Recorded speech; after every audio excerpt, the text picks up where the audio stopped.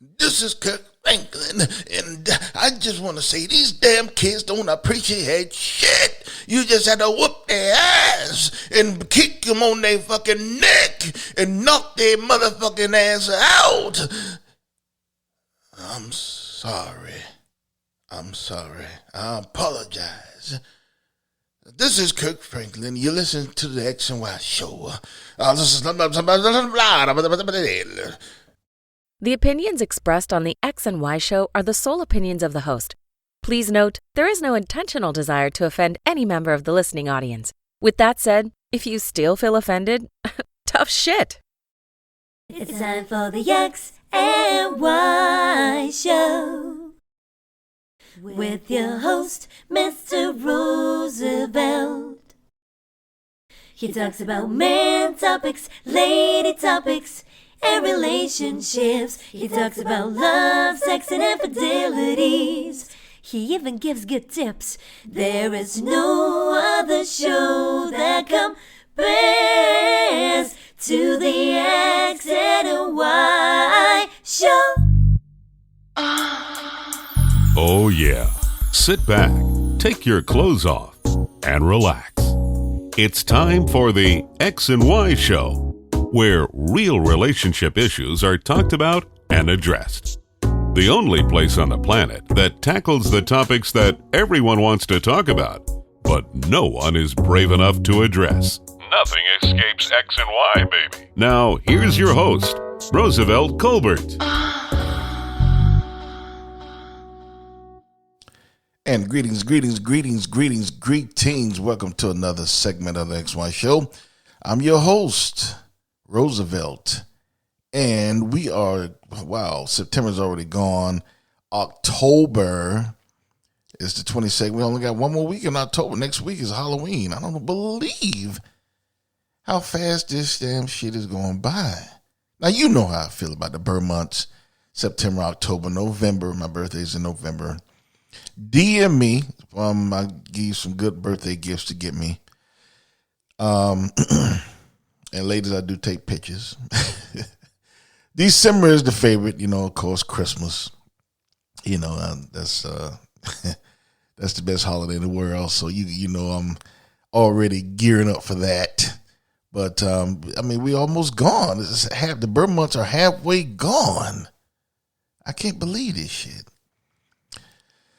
So it's a little sad, they're going by so fast, because once Halloween goes, it's like Thanksgiving is warp speed, and next thing you know, Rudolph was on television. So, if it was up to me, it'd be Christmas for a month. One day just not enough, It'd be Christmas for a month. It'd be always like 35, 40 degrees outside everywhere.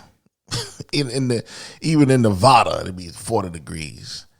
So you guys, you lucky.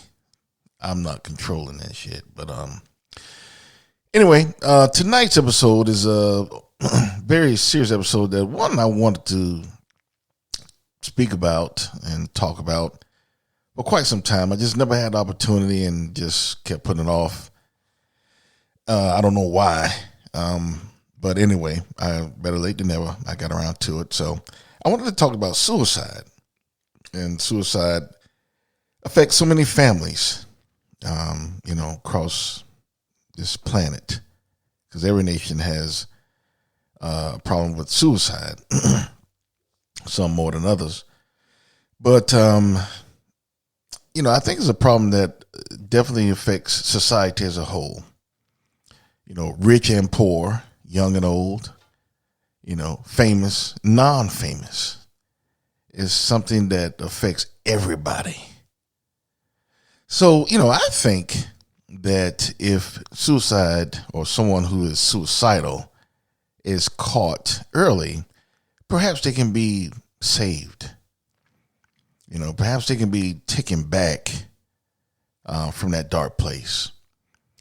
Now, those of you who been listening to my show, I went through an episode myself. I never contemplated suicide, but I was extremely depressed about, what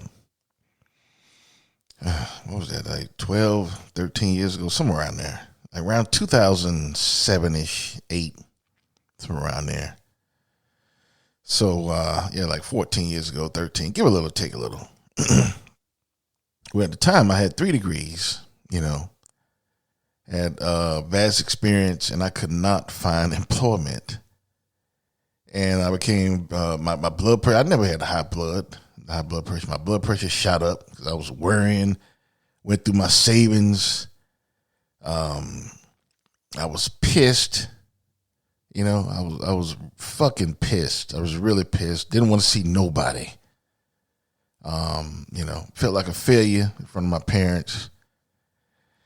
And, it was other feelings. So it was depression as well. But, I didn't get to the point where I was contemplating suicide. But I think that, a lot of people, unfortunately do, whether it's out of work or had an event, someone died, or, something drastic happened where they get to a certain state and they never come back. And that's how they end up committing suicide. They don't think the situation, whatever it may be, will get better. So they want to end it.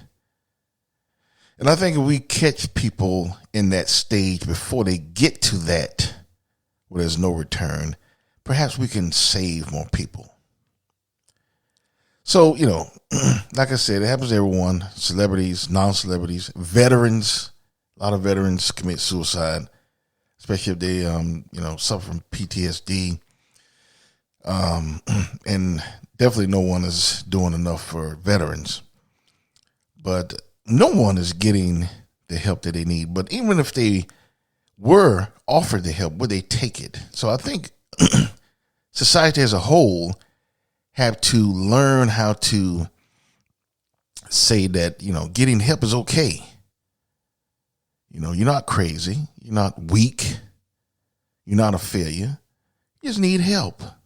Everyone needs help sometimes. No matter how strong you are, no matter how good looking you are, no matter how ugly you are, no matter how skinny you are, no matter how fat you are, everybody needs help. And I think as a society, what I believe, this is my opinion, of course, I think that is such a stigma, a negative stigma with getting help that people who need it don't get it, or they don't get it in time. And as a result, they are no longer with us. So, I just want to do my little piece, and speaking about this topic because it's very important to me. It affects a lot of people. So I hope you enjoy my conversation. I'm talking to a Dr. Lena Haji from Miami, Florida. She's a clinical psychologist, and she's an expert on the matter. So I hope you enjoy my conversation with her. And please send me any feedback. I will leave her notes on the episode as well. So if you need someone to talk to or need to refer someone, I'm sure she'll be happy to help you. Without further ado, here is the episode. Welcome, listeners, to the X and Y Show. This is your host, Roosevelt.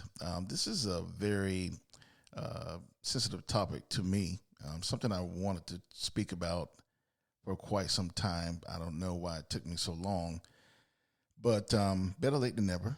This is a very important topic. I'm talking about suicide. And I would like to talk about ways that a person can be identified as being suicidal and to prevent them from doing it. And also why. Why would a person take their lives? What is so bad where they have to take their lives? And to help me with this, I'm talking to Dr. Lena Haji. She's a clinical and forensic psychologist. Welcome to the show. Thank you so much for having me. I really, really appreciate it. This is a really interesting topic. Yes, indeed. Nice to have you. Now, speaking from a personal point of view, when I heard about people committing suicide, especially rich people. The first thing that comes to my mind, why in the fuck would someone kill themselves worth, millions of dollars, celebrities, pretty much people who so many other people would like to be, athletes, movie stars, all of that. Now, Right. I used to think that way until, I guess I went through a bad time in my life. Now, I wasn't suicidal, but I was extremely depressed because, my problem was, little. I just couldn't find a job. But still, this was about 15 years ago. I'm sitting in Miami at the time, and I'm here with, I was there with 3 degrees and could not find, I couldn't find a custodial position. And, so, but I kind of understood why people would go that route.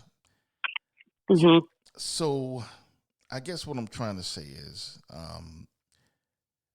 what exactly causes a person to want to end it all?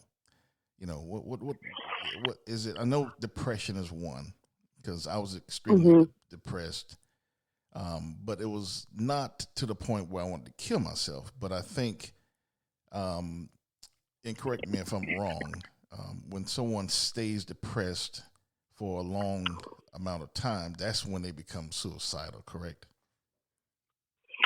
Could be. Sometimes it can be an impulsive decision. I think it's interesting that you had the theory that people who are rich and famous and seem to have everything, on the outside would be less prone to suicide. And that's, you're thinking, well, they're rich, they're beautiful, they can have whatever they want, and they're out here living their best life. But I guess the bottom line is we really never know what somebody's going through internally.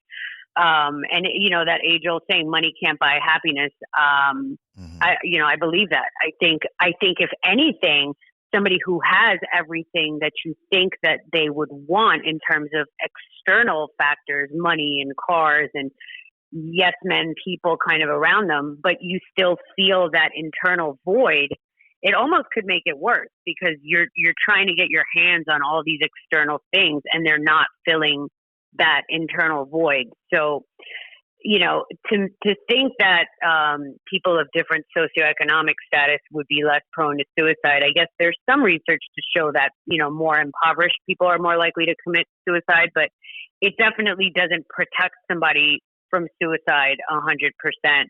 And what would cause somebody to commit suicide? I think depression is a big one. Also, suicide risk factors include things like addiction. So sometimes someone might not be depressed, but feel that they can just not let go of addiction and addictive behaviors. And so they might impulsively say, I can't do this anymore, and take their own life. Active military members and veterans have a high suicide rate because of, trauma that might still be affecting them. You have people who are feeling very hopeless and helpless. You mentioned that you felt that way a little bit when you were unable to find a job in spite of having 3 degrees. So if somebody feels like their future is simply just not going to get better no matter what, there's no kind of light at the end of the tunnel, they might get to a place where it's like, well, why am I even bothering? Let me just end this now. So those are some of the risk factors. Feeling isolated, people who are very lonely and don't feel connected to their community. They might have a very limited social support network, maybe no friends or no family, or very little friends or family. This is a big, scary world. And if you feel alone in it, that could also be a factor for suicide. So there are a lot of different things when you look at risk factors for somebody to engage in kind of suicidal behavior or have suicidal thoughts. I hope that makes some sense. Yes, it does. And that's funny you say that, because, when I was going through that episode, You know, I thought I had an X amount of friends, and that was not the case. You know, I just had a bunch of associates, and basically just a bunch of motherfuckers I used to go to school with or used to Right. work with. You know, they were not friends. I did have family. You know, my mom and dad was, good family. I have siblings, but I couldn't talk to them about the way I was feeling. You know, I was feeling like, I was feeling like a failure. You know, here I am with 3 degrees at the time and can't get a job at a ice cream place. And, Right. I felt like a failure. I was embarrassed. You know, I didn't want to see anyone. It was terrible. So, yeah, it sounds like there was a lot of shame, and that's something that we need to really battle as fellow humans. That there, everybody goes through hard times, and trying to eliminate that shame factor. But it makes sense, you felt a certain way about yourself, so it got you down. That makes a lot of sense, Right. And looking back, I'm older now, more mature, and I should have, I'm a veteran. I could have gone and gotten therapy. But I look at, I know you're a psychologist. Don't take this personal. But I look at therapists, like they're all full of shit. They can't they can't help me.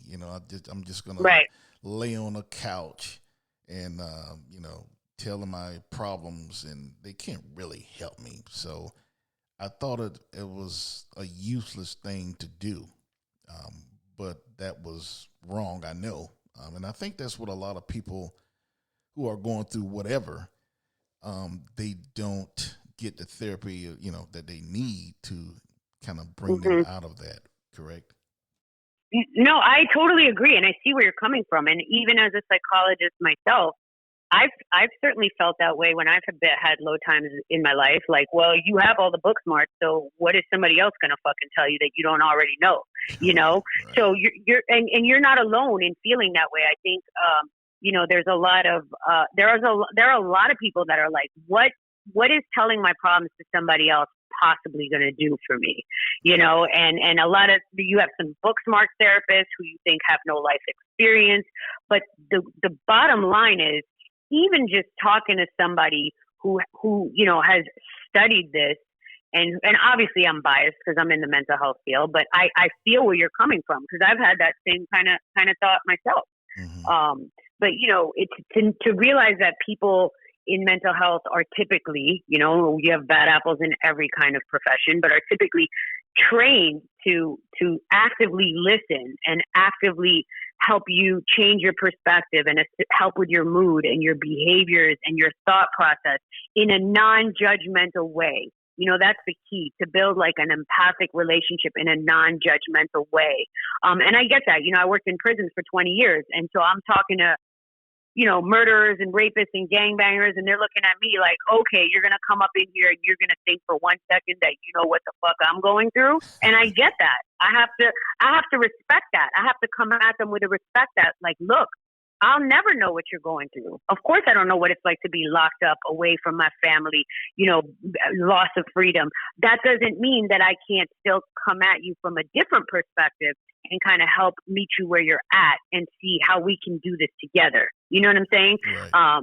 Those who think, I went to school and I have degrees and I know better than you, that's not the right way to come at anyone, really. So I get that point of view for sure. And I've had to deal with it from me personally and professionally, for sure.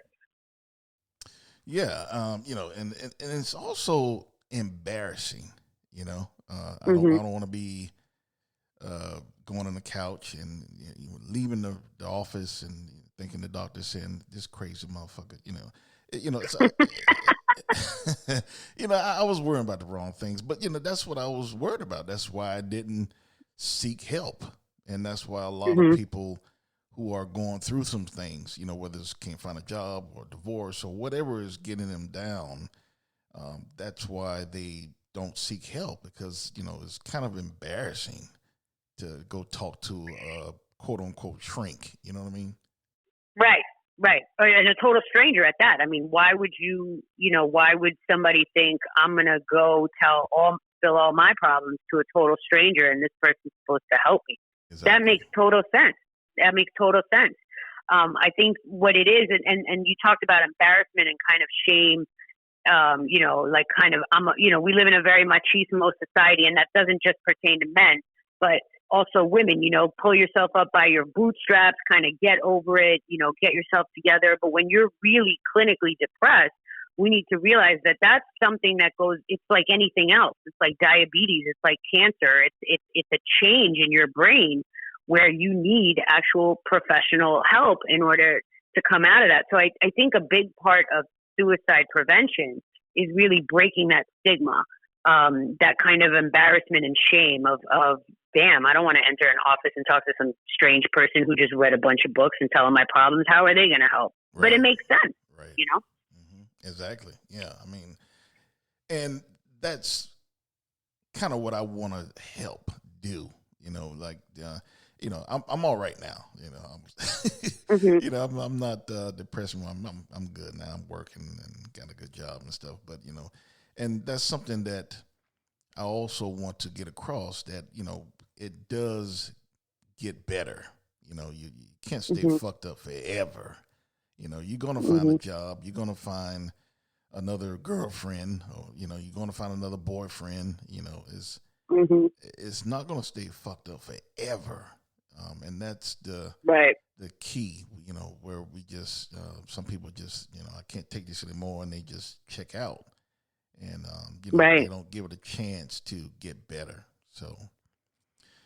Right. And I think that's also part of the mental health provider's job, is kind of helping the person come to a place where they see some kind of hope at the end of the tunnel. Even if you have legal problems or financial problems or substance abuse or like you said, divorce or breakup, things that, almost all human beings have gone through, or some kind of difficulty in their life. That's another thing. People think mental health professionals have never gone through difficulties. Most of my colleagues went into the profession because they were trying to figure themselves out. You know what I'm saying? So we all have our own stuff that we've had, traumatic childhoods or financial difficulties or, aggressive behavior, substance abuse, all that kind of stuff. And so I think the key is to help that person come to a place where to instill some hope. Like you might not have a job right now. You might feel like you can't talk to anybody right now. Right. You might feel embarrassed and useless right now. But how can I help you today feel a little bit less of those things so we can get you to a place where you realize this isn't how it's going to be forever and ever? Right. Exactly. And I think that's the important thing, and I know that now. I just wish I would have known that, 15 years ago. But right. So tell me this, doctor. I used to live in Alaska, right? And I know.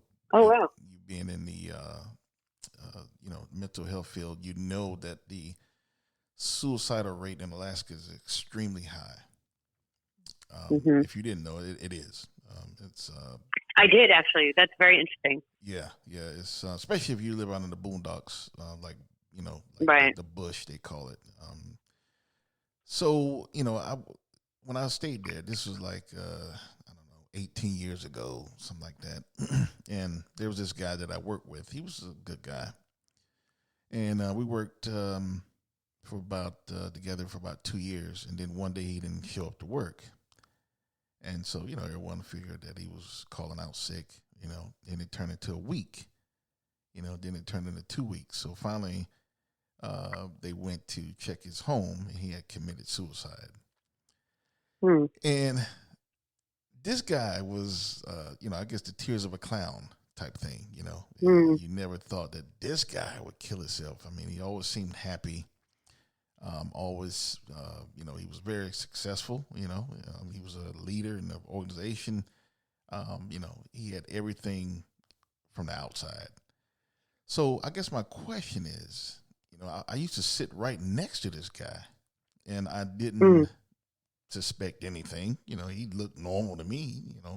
Everyone has their good days and bad days, but he didn't look suicidal. So I guess my question is, how can you tell if someone is suicidal, or can you tell if they don't communicate with you in that way? That's a really great question, and there's mixed research on a lot of suicide, and I'm looking up some research right now actually on the suicide rate in Alaska being like, you're right, it's much higher than the national average, and they're saying it's a combination of factors due to there's a lot of firearms, there's high rates of alcoholism, there's low vitamin D deficiencies, feelings of isolation. So there are a lot of reasons why the suicide rate is higher in Alaska. And so when we're trained as mental health professionals in suicide risk assessment, as they call it, we're trained to look at three things. Is there ideation? Has there been, in other words, have there been thoughts of suicide, ideas of suicide? Is there a plan? Has the person actually made a plan? I'm going to take a bunch of Tylenol, or I'm going to get a gun, or I'm going to, do such and such. And then is there intent? So those three things. Intent is, I really plan on doing this.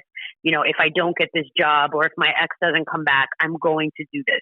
So those are three of the things that we are trained to look for: ideation, plan, and intent. But as you mentioned, what if the person doesn't verbalize it? What if the person doesn't talk about it? What if the person is just suffering in silence? Because, a lot of times people will commit, a truly, truly suicidal person won't tell anyone. Right. They'll just go and do it. And then everybody will be like, what happened? I thought they were fine. That's horrible. Right. So I think there are some more subtle signs that we can look for in people who might not come up to somebody and say, hey, look, I've been having these thoughts. Because like you said, there's a lot of shame in that, and embarrassment, and how do I tell that to somebody?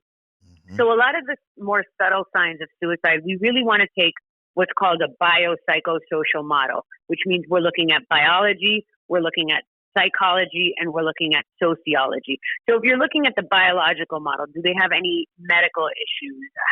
Are we aware of any medical problems, or, are they prone to sickness, anything like that?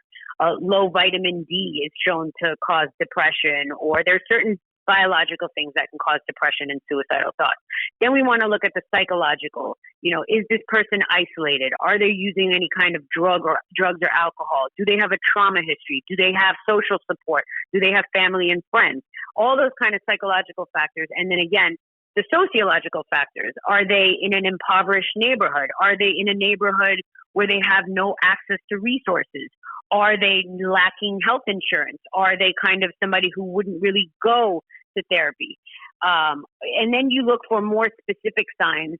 So a big one at risk for suicide is somebody who starts to give away all of their belongings, especially in prison.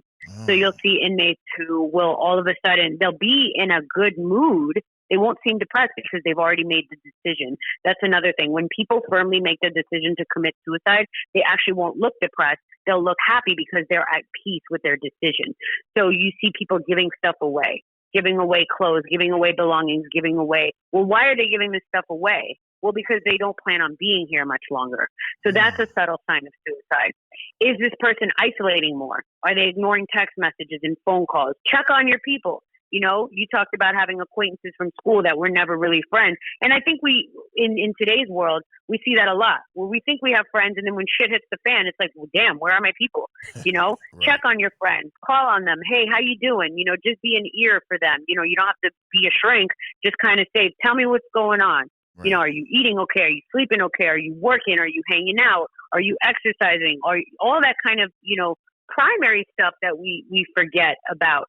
So there are some more subtle signs that we can look for in suicidal people. Do they have a history of suicide attacks? Do they have a history of trauma? Do they seem to be drinking or drugging a little bit more than usual? All those kind of things, that we should kind of look at as red flags. Okay. Yeah, and now you mentioned 3 stages. So let me. Mm-hmm. If they have all 3 stages, is it possible to bring them back because I've heard about people who committed suicide, well, not committed, but attempted to commit suicide, and they were saved or whatever, and later on they did it again and were successful. So is it Right. possible once they get to that last stage to bring them back, like for long term, or once they get to that third stage, it's just a matter of time? That's a really great question. I'm a firm believer in, even though I'm a New Yorker, so I'm a little skeptical and pessimistic, and I worked in prisons for so long that I tend to be, glass half empty kind of person. Right. At the end of the day, I'm a psychologist, so I really do firmly believe that there's always hope. We're in a time where I really do believe there's always hope. There's so many different kinds of therapies, so many different kinds of interventions. And if you have to go to medication, I'm never going to say no to medication to somebody who really needs it. Right. Because a clinically depressed person, their brain is literally different. There's serotonin levels and dopamine levels are not producing, kind of like a diabetic with insulin. There's so many different kinds of medications. There's different kinds of interventions. There's ketamine treatment. There's transmagnetic stimulation. There's electroconvulsive treatment. There's so many different kinds of treatments that I'm going to say, unless you've exhausted literally every single one, which is hard to do, I'm going to say there's always hope. Really, and also individualizing treatment. One person might be suicidal for a way different reason than another person is suicidal. Right. One person might be suicidal because they live in the hood and they're tired of seeing the violence and they don't have enough to eat. They don't have their basic needs met. Whereas another suicidal person, they could be the rich and famous person who just can't stop drinking. Right. Or they've just gone through a divorce and they're feeling completely helpless and isolated. So to really individualize when you assess somebody. But do I think you can bring somebody back when they have ideation, plan, and intent? I absolutely do, and sometimes it's not pleasant. Sometimes do you have to call 911 or call 988 or get that person involuntarily psychiatrically hospitalized? Unfortunately, yes. But if it's for their safety versus them taking their own life, those are things we have to weigh out. Right. Okay, well, that is good news because, I always believed, once they go past a certain point, that's it. They can't be right. saved. So that's good. That's good. That's good to hear. So, with as far as society as a whole, mm-hmm. what can we do? Everybody, me, you, every generation, all of them, Generation X, Z, Y, the millennials, the boomers, what can we do as a society to address this issue where, it's like polio, where you hardly ever hear about it now? What can we do? Right. I keep, people always saying, like, during COVID times, providing more psychiatric help, but, mm-hmm. you can have all of the psychologists in the world, but if no one is going to see them, then it's not helping, So what can we do to help this problem in our, world? I think that's a really good point. You can have, all the therapists lined up, but if nobody's willing to talk, then there's no point. But I think there's so many things that we can do. I really do. I think, simply talking about it, like what you're doing today is great. It's something that's being done, for free. And it's being information that is being spread out. So yeah, podcasts, social media, YouTube, television, streaming services. We have so many ways of communicating things these days that even though there's a lot of misinformation out there, the good news is that technology has made it so that we can talk about stuff. And so people can feel less alone, because a lot of times when people are suicidal, they think they're the only person in the world who has felt this way, right, or who is struggling. And that's just simply not the truth. A lot of people deal with suicidal thoughts and clinical depression. And so I think also addressing the bare minimum for low socioeconomic populations. Are people eating? Are people drinking? Do they have a roof over their head? And that's more systemic. And sometimes we feel like, well, damn, that's way over my head. What can I possibly do? Vote. Vote. Do some community. Do some community action. Go volunteer at your local shelter. Those bare minimum things. We have to stop being so selfish. Of course, then more systemic things like making sure people have access to mental health, and starting early. I was talking to a friend of mine a while back who's a principal in an urban school, and he told me that their budget for mental health is $1,200 a year for 500 kids, Wow. and that's crazy. $1,200 a year. What are you supposed to do? Run 2 therapy groups for 500 kids? We need to make sure that it starts early. There needs to be school counselors for these kids who might be having these thoughts.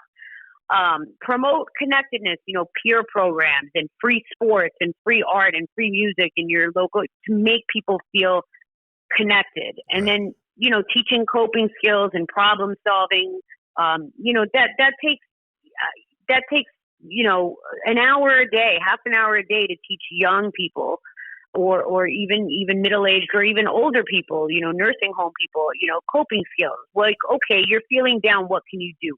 Something as simple as going for a walk, which is free, which sounds so corny. It sounds like an Instagram quote. Oh, you feel down, go for a walk. But all jokes aside, if you can somehow help somebody just get up and walk out in the sun, that can actually have a positive impact on their mood, or they might see other humans, or they might feel the sun. Crisis intervention, the coming out of 988, the crisis hotline, that's a step in the right direction. And I think, education. And if you feel that somebody or love is in danger, don't be scared. They might hate you for a second if you tell somebody, but at the end of the day, you might be saving someone's life, Yeah. That's very important. Worry about the consequences or how they feel later. Right. Because believe me, I've had to Baker Act patients that they hated me for days and weeks and months. And I'm okay with being the bad guy. I'm okay with being the bad guy for a while if I know that I saved somebody's life. That's okay. Like you said, we'll deal with that later. Right. Exactly. The goal was achieved, of getting them right. Making them stay here a little while longer, and hopefully it gets better where they don't want to do that anymore. So. Right. All right. Well, Doctor, thank you for having a little conversation with me. Now, you have a practice, right? I do have a practice. It's called Rise Psychological Services. It's based in Miami. Mm-hmm. I do a lot of forensic and clinical psychological evaluations. I don't do therapy and treatment so much anymore. I do more evaluations. But yes, that's the name of my practice. And how would they contact you if they want to talk to you? So they can go to my website. It's www.risepsychological.com. I also have some informational stuff on my Instagram and my YouTube, which is under the same name, Rise, RISE, Psychological Services. Okay. And they can find all my contact information there. Sounds great. So I hope someone, if it's just one person hears this podcast episode, that they contact you or someone that can help. Agreed. them, and that's the goal that I had. Agreed. Today, So thank you. I appreciate what you're doing. Yes, thank you. Yeah. We have to, like you said, we have to talk about this more, so people become more comfortable in getting help, and correct. Because you think about all the people that we perhaps that could have been saved if they felt, if it was like nothing to go see a therapist, like when you want to drink, you go to the bar and get a drink, and, well, you're right. So, if you have the flu and you feel like if you have a virus, you go to the medical doctor. Well, exactly. If you have a mental illness or you feel sick, you go to the mental health doctor. We're not there yet, but I think we're on our way. I think we're on our way. I think people really are starting to realize, wow, this is a big deal, especially after COVID, like you said, where people were isolated and feeling lonely and depressed and not knowing what to do with themselves. There was a huge spike in people reaching out for mental health. And so that's a good sign. Yeah, absolutely. I mean, and that's the key. Once you get them there, that's half the battle. Right. It's like going to the gym. Nobody wants to go to the gym, but once you get there, you're like, okay, I can do this. yeah. No matter what it is, legs or arm, yeah. Once you get there, it's easy. Not easy, but right. half the right, but it's half the battle. Exactly. All right, well, Doctor, I appreciate you talking to me today, and well, I'm from Miami, so if I Oh, come cool. on, I come on periodically. I went to Killian. I don't know if you. Oh, heard that. cool. You're a real Miamian. Yeah. So I come on periodically, but I live in Fort Myers now. So Oh, you guys got hit bad. Are you okay? yeah, I'm okay. I live on the second floor, so I didn't get any flooding or anything. So Okay. but yeah, I've lived around people that other neighborhoods that lost everything. So Yeah, I have friends up there that lost quite a bit. Horrible. yeah. So that's and that's something that people need therapy for. Correct. Because that can turn into some serious trauma right there. Exactly. Losing everything from one day to the next, that's really hard. It's very hard. So, I mean, so hopefully someone hears this. And if you ever come to Fort Myers, take out for some chicken wings or something. I don't know if you're a vegetarian. Oh, yes. I'll take you up on that for sure. I used to be the clinical director at Charlotte Correctional Institution right there in Punta Gorda. Oh, okay. Yeah. Okay, cool. So you know the area. Yeah. Okay. Yeah. Just shoot me, give me a day, shoot me an email, and give me a little advance notice, and go get some wings, some chicken wings or something. I will do. All right, well, Doc, thank you for talking to me again, and I really appreciate it. Thank you. And I really hope that someone hears this and go get the help that they need. That's the key. Yes. And because it does get better. So it does get better, and I appreciate everything you're doing. It's really important. So thank you. All right, Doc. You have a good night. All right. You too. Bye-bye. Bye.